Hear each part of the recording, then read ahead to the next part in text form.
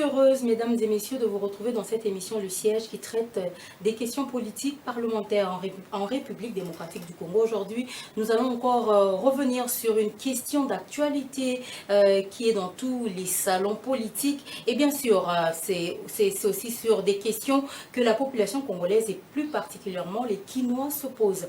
Mesdames et messieurs, bienvenue dans Le Siège.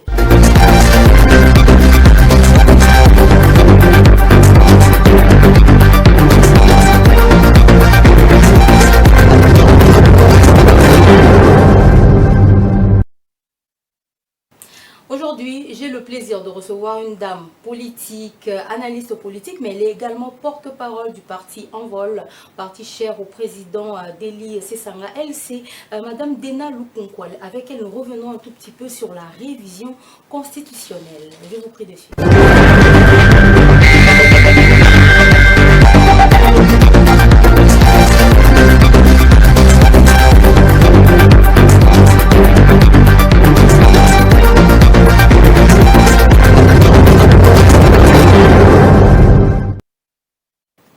Voilà, je suis toujours dans la joie de recevoir une dame sur ce plateau de Le Siège avec elle. Nous allons revenir sur l'actualité politique aujourd'hui essentiellement dans cette émission. Bienvenue Madame Dena.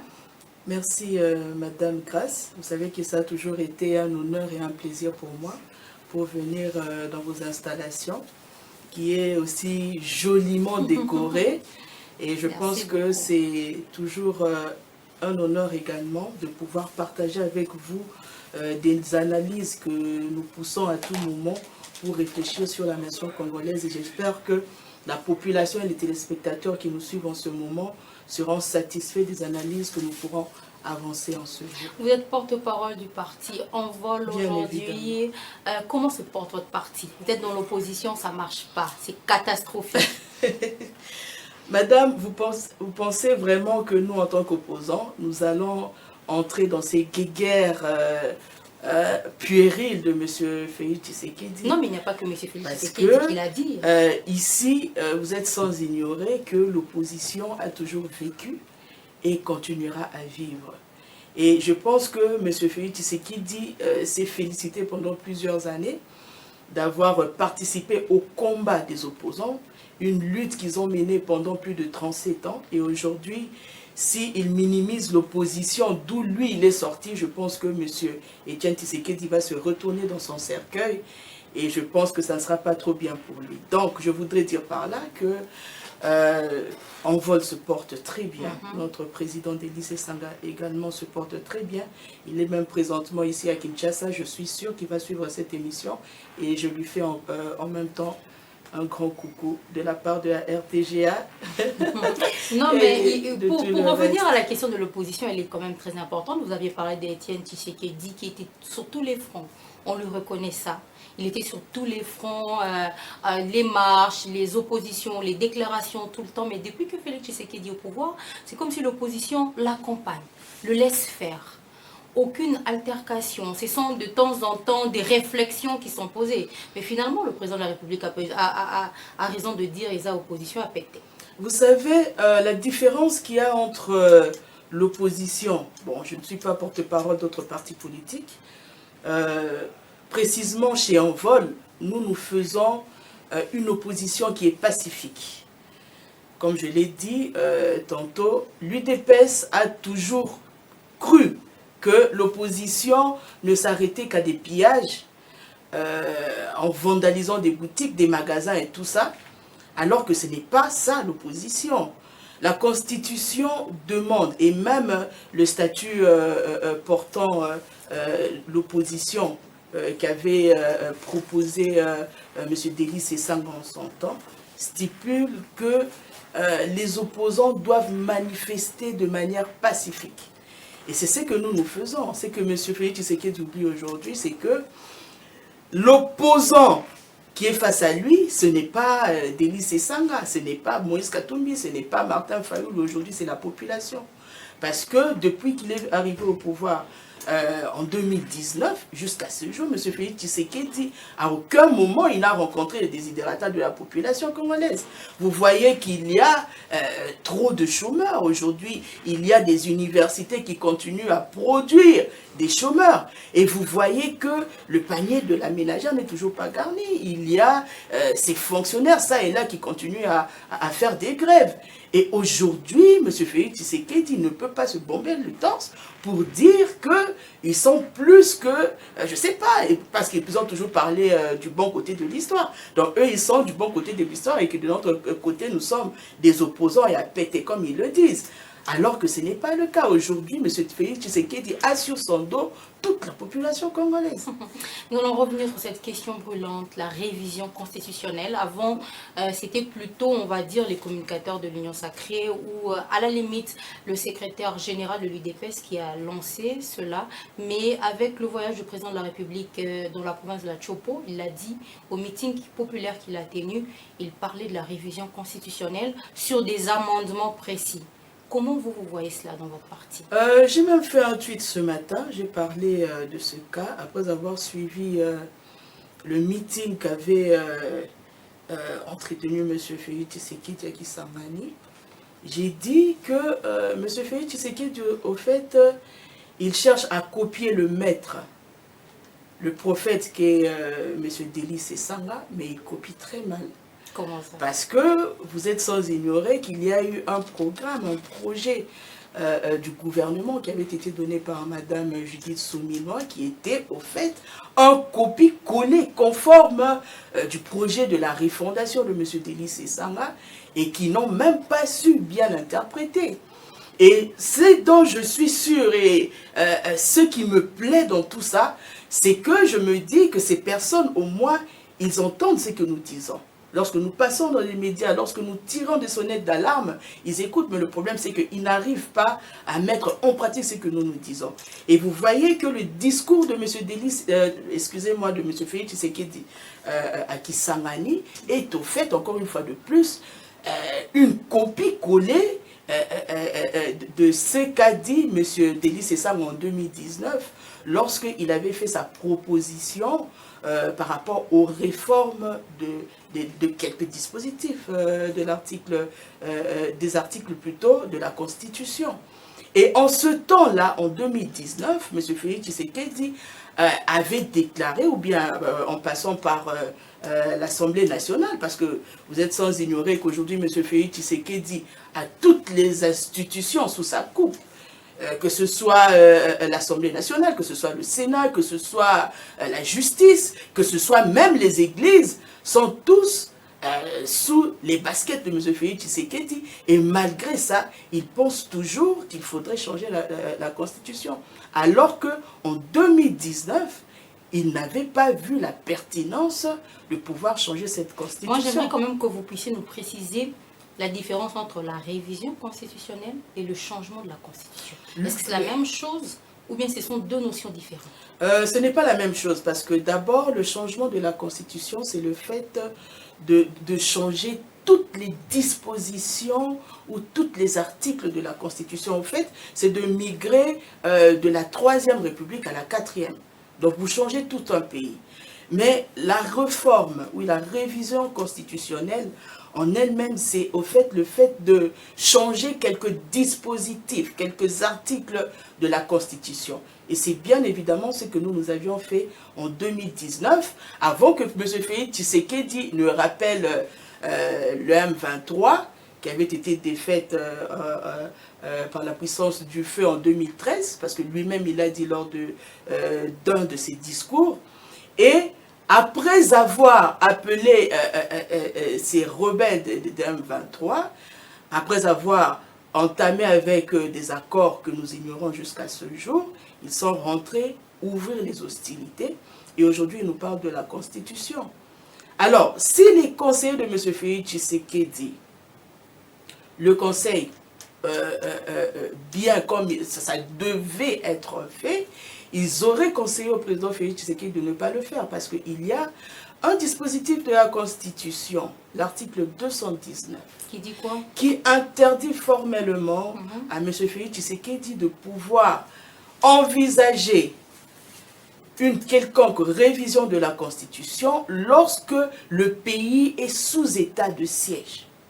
Et vous savez qu'à l'est du pays, aujourd'hui, il y a de ces villes qui persistent jusqu'aujourd'hui sous état de siège. Certains de la majorité disent que c'est une partie du pays, c'est pas le pays tout entier. Vous savez, madame, je l'ai toujours dit, que M. Félix Tshisekedi aujourd'hui ne peut plus être appelé chef d'État. Parce que lorsqu'il avait été institué, comme eux-mêmes le disent, parce que nous n'avons jamais du reste accepté qu'il avait gagné les élections à cause de ces simulacres que vous aviez vus en décembre, mais il est président de la RDC qui a une superficie de 2 345 000 km². Et aujourd'hui, lorsqu'il y a d'autres territoires, d'autres villes qui sont occupées par les assaillants, par les rebelles, on ne peut plus dire de M. Félix Tshisekedi qu'il est toujours chef d'État. Et aujourd'hui, lorsqu'on parle du changement, parce qu'eux, ils ont toujours parlé du changement, quand bien même aujourd'hui, ils veulent migrer vers les réformes, nous voyons que par rapport au corps, ou bien disons des justifications qui sont en train de donner par rapport à cet effet, prouvent qu'ils veulent au fait changer toute la Constitution. Parce que M. Félix Tshisekedi aujourd'hui, il est bien conscient qu'il ne pourra plus passer après 2028. Il connaît bien évidemment le sort qui lui est réservé après 2028 et aujourd'hui il veut changer les dispositifs de l'article 220 qui est verrouillé pour pouvoir se maintenir au pouvoir. Il a dit à qui sera hier, vous n'aviez pas suivi madame, il a dit on ne touchera pas au mandat du président. Et ça c'est faux. Le président de la République l'a dit clairement. Mais dites-moi madame, mais pourquoi vous dites que c'est faux puisqu'il a dit? Depuis que M. Félix Tshisekedi est au pouvoir, disons depuis janvier 2019, quelles sont ces dispositions des lois que M. Félix Tshisekedi a déjà respectées dans ce pays? Parce qu'il bafoue la Constitution, il bafoue les lois du pays et il n'a jamais tenu ses promesses. Est-ce que vous pensez vraiment qu'aujourd'hui, le peuple congolais doit faire foi à ce que M. Félix Tshisekedi dit? Nous écoutons les communicateurs de l'Union sacrée, de l'UDPS. Nous avons l'habitude de faire des débats avec eux. Et à leur entendre parler, vous sentez bien qu'ils veulent maintenir M. Félix Tshisekedi au pouvoir. Alors moi, je voudrais juste vous montrer deux cas de figure par rapport à cette histoire. C'est des choses que les gens n'en parlent pas. Il y a d'abord un fait. Nous avons, comme je l'ai dit tantôt, un pays qui a une superficie de 2 345 km² et il y a 145 territoires. Et aujourd'hui, lorsqu'on veut faire le référendum, parce qu'il a parlé de mettre en place une commission pour pouvoir interroger à la population alors que la Constitution l'interdit puisqu'il y a d'autres territoires qui sont encore sous état de siège. Alors, tous ces territoires, nous prenons Massissi, Walikale, il y a Rutshuru et tous ces autres territoires qui ne vont pas participer à ce référendum. Vous allez dire que ceux-là ne sont pas des Congolais et lorsque vous allez prendre ces résolutions, parce que il faudrait, c'est une obligation de M. Félix Tshisekedi de pouvoir terminer cette guerre à l'Est. Lorsque cette guerre sera finie, qu'est-ce que M. Félix Tshisekedi aura à expliquer à cette population par rapport au changement de la Constitution? Parce que c'est aussi une partie du peuple souverain qui doivent donner leur avis. Alors, par cette analyse, nous dirons que M. Félix Tshisekedi, au fait, cherche à emmener la balkanisation dans ce pays. Parce que lorsqu'il y a vote par un certain nombre de la population et d'autres sont exclus, nous dirons que, au fait, M. Félix Tshisekedi, il accepte en soi que ces terres ne nous appartiennent plus.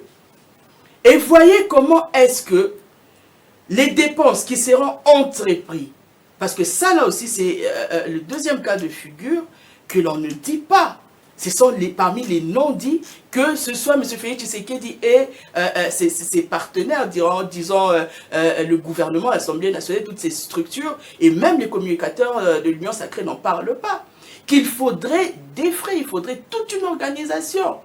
Et cela est semblable au vote que nous avions fait en décembre à partir de la CNI. Parce que ce n'est pas que vous allez descendre sur les rues et voter. Il faudrait qu'il y ait toute une organisation. Et cette organisation-là demande à sortir plus d'1 milliard de dollars dans les caisses de l'État. Alors voilà pourquoi nous nous disons, quelle est la pertinence aujourd'hui de pouvoir changer la Constitution? Mais vous êtes quand même d'accord, puisque vous avez parlé que l'Envol a été le premier à parler des réformes. Vous êtes quand même d'accord que cette Constitution doit être révisée à un moment ou à un autre? J'ai parlé ici de la pertinence. Et au moment où Envol avait donné cette idée-là de pouvoir réviser la Constitution, je l'ai dit tantôt, à cette époque-là, M. Félix Tshisekedi n'avait pas encore rappelé le M23 qui avait fait 14 mois ici à Kinshasa, nourri, blanchi par le gouvernement. Il n'y avait pas cette guerre qui s'est amplifiée aujourd'hui. Il n'y avait pas ces territoires qui sont aujourd'hui sous état de siège. Alors, il faudrait d'abord commencer par respecter la Constitution avant d'envisager quelconque réforme. Et c'est ce que nous nous disons, qu'il n'y a pas de pertinence en cela, parce que la Constitution en elle-même interdit à M. Félix Tshisekedi de pouvoir la réviser lorsque le pays est sous état de siège. Et aujourd'hui, comme je l'ai dit tantôt, je ne voudrais pas me répéter, que M. Félix Tshisekedi a tous les outils nécessaires, toutes les structures qui peuvent l'aider à pouvoir développer ce pays. Il n'y a pas de dispositif de loi dans la Constitution qui interdit à M. Félix Tshisekedi de pouvoir planter des légumes, par exemple. Parce qu'après 6 mois, normalement, si M. Félix Tshisekedi veut que la population congolaise ait cette auto-prise en charge alimentaire, il ne demande en aucun cas de pouvoir changer la Constitution. Aujourd'hui, il y a des salariés, des entreprises publiques qui ne sont pas payées. Est-ce que c'est la Constitution qui interdit à M. Félix Tshisekedi de pouvoir payer ces personnes? Est-ce que c'est la Constitution qui interdit à M. Félix Tshisekedi de pouvoir donner un enseignement de qualité à nos enfants? Mais donc, nous disons que le problème est ailleurs. Il y a eu la gratuité de l'enseignement. Ça, il a respecté, puisque vous dites vous avez vu, non, nous ne parlons pas ici de la quantité. Nous parlons de la qualité. Vous savez, madame, moi-même, je suis pédagogue de formation. Et vous savez qu'un enseignant, lorsqu'il veut apprendre à un enfant plutôt de l'école de primaire, disons la première primaire, à pouvoir écrire les lettres, il doit tenir la main de cet enfant et l'apprendre à écrire. Voilà pourquoi vous voyez que dans d'autres écoles, plus précisément les écoles privées, on n'admet pas plus de 15 à 20 élèves par salle.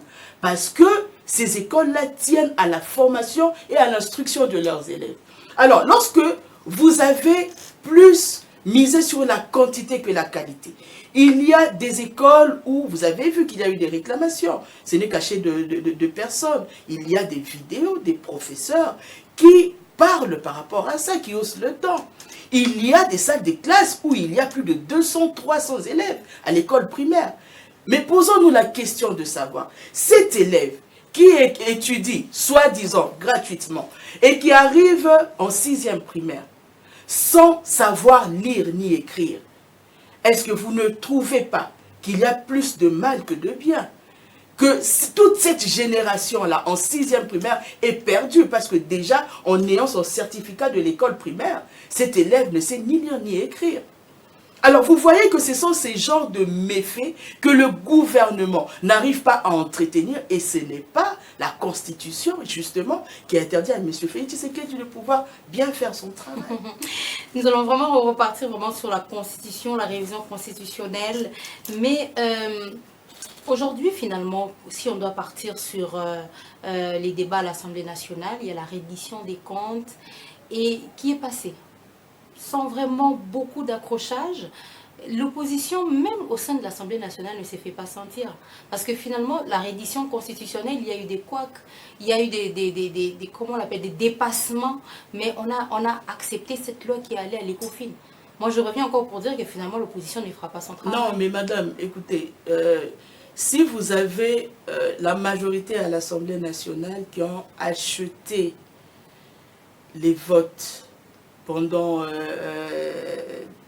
disons, ce qui s'était passé, je ne sais même pas moi, comment le qualifier, ce simulacre des élections, il y avait des députés qui avaient été nommés, justement parce que M. Félix Tshisekedi avait voulu avoir cette institution sous sa coupe pour pouvoir bien la manipuler. Et vous voyez ce qui est en train d'arriver, parce que les opposants, ou soit dit les députés de l'opposant présents à l'Assemblée nationale, aujourd'hui sont minoritaires. Et vous savez que dans la... Non, mais ils vont siéger, bien évidemment, parce qu'ils ont été élus par la population. Et aujourd'hui, tout ce qui se passe se fait justement parce qu'il y a plus de businessmen, il y a plus de coopérants à l'Assemblée nationale que des vrais patriotes. Vous voyez, madame, parce que lorsqu'il y a des projets de loi ou des programmes qui doivent passer à l'Assemblée nationale, il y a plus de corruption que de pourparlers. Vous voyez qu'il y a de l'argent qui circule. Vous êtes sans ignorer qu'il y avait un discours où M. Kabouya avait dit que l'argent qui est distribué à l'Assemblée nationale, au fait, ce n'est pas une corruption, mais c'est plutôt, comment il avait utilisé le terme, c'était quelque chose qui donnait, comme on donne aux joueurs, une motivation pour que les députés nationaux puissent prendre des résolutions. Et nous pensons que, comme nous le disons en vol, ces gouvernants, ces dirigeants d'aujourd'hui ont soumis la population avec ces trois piliers de la dictature, qui est la corruption, qui est la pauvreté et l'ignorance. Aujourd'hui, c'est au fait ces trois piliers qui guident la République démocratique du Congo aujourd'hui. Voilà pourquoi aujourd'hui, lorsque nous passons dans des chaînes de télévision, nous parlons, nous disons, nous interpellons à la population de pouvoir se réveiller. Parce que tout ce que M. Félix Tshisekedi et que ce soit les ministres ou tous ces gouvernants, ils ne sont là que pour leurs propres intérêts, mais ils ne sont pas là pour le bien de la population. Et moi, je pense qu'aujourd'hui, lorsqu'on parle du fait que l'opposition aujourd'hui n'est pas forte, moi, je pense que c'est un grave mensonge. Et si M. Félix Tshisekedi, aujourd'hui, veut tester la population, qu'il ose seulement changer la Constitution et il va voir comment il va marcher sur les cadavres. C'était ça même ma question avant qu'on puisse conclure. S'il y a finalement un passage en force, s'il y a, s'il y a ce référendum programmé pour changer la Constitution, qu'est-ce que l'opposition, qu'est-ce que Envol prévoit? Vous savez déjà que M. Félix Tshisekedi a craché sur la mémoire de son propre père, qui est le docteur Étienne Tshisekedi d'heureuse mémoire. Et je me dis même, comme je l'ai dit tantôt, qu'il est en train de se retourner dans son cercueil. Je ne pense même pas que M. Félix Tshisekedi d'aujourd'hui est réellement le digne fils de M. Félix Tshisekedi. Parce que, de M. Étienne Tshisekedi, excusez-moi, parce que vous savez qu'en 2016, il y a eu mort d'homme, il y a eu l'UDPS, sa permanence qui avait été incendiée, justement parce qu'il s'était insurgé sur le fait de M. Kabila de pouvoir changer la Constitution. Et aujourd'hui, pendant que M. Félix Tshisekedi continue à cracher, même sur sa propre mère, qui a soutenu M. Étienne Tshisekedi dans son combat pendant plus de 37 ans. Aujourd'hui, il a craché sur la mémoire de Rossi Mukendi, sur la mémoire de Thérèse Kapangala, parce que lui, il veut se maintenir au pouvoir. Je le répète et je le dis encore une fois, que si M. Félix Tshisekedi veut vraiment tenter le diable, qu'il ose changer cette constitution-là, il va voir qu'est-ce qui va se retourner par rapport... Non, ce n'est pas une menace. Parce que nous savons que la population sera au travers de son chemin. Et nous savons qu'aujourd'hui, la population ne sera jamais d'accord par le fait que lui puisse vouloir se maintenir au pouvoir. Voilà pourquoi nous disons, s'il veut tenter le diable, eh bien qu'il change la constitution. Il verra si nous sommes une opposition et à péter, ou si nous sommes une opposition à Makas. Madame Dena, c'est la fin de cette émission. J'étais très heureuse de partager avec vous ces quelques minutes. On sent la passion quand on vous voit de la politique. Quel serait votre mot de la fin aujourd'hui? Mon mot de la fin serait donc qu'aujourd'hui, on vole, comme toujours, notre combat n'a jamais changé. Nous avions la semaine passée lancé une campagne de lutte contre le changement de la Constitution pour justement nous mettre au travers du chemin de M. Félix Tshisekedi à pouvoir le faire. Et nous avions, à partir d'aujourd'hui, de ce matin même, instauré un système de pouvoir critiquer les résolutions du Conseil des ministres chaque vendredi, parce que nous voyons qu'ils sont là juste beaucoup plus pour le tralala que de faire du travail que la population aujourd'hui attend d'eux. Et nous pensons qu'aujourd'hui, nous prenons une vitesse supérieure pour pouvoir dire à M. Félix Tshisekedi que ce pays ne l'appartient pas, mais que ce pays appartient à nous tous, peuple congolais souverain. Merci beaucoup d'être passé sur notre plateau aujourd'hui. Merci à vous, madame.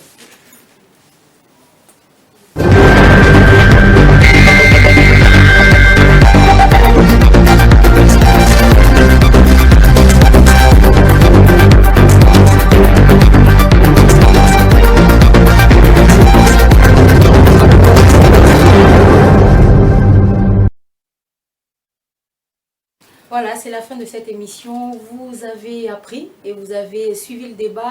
Vous pouvez le continuer chez vous à la maison et nous écrire sur le numéro qui s'est affiché au bas de cette émission, au bas de votre télévision pendant toute cette émission. Merci à vous tous de nous avoir suivis. On continue à se suivre sur les réseaux sociaux et on se voit la semaine prochaine avec le même plaisir.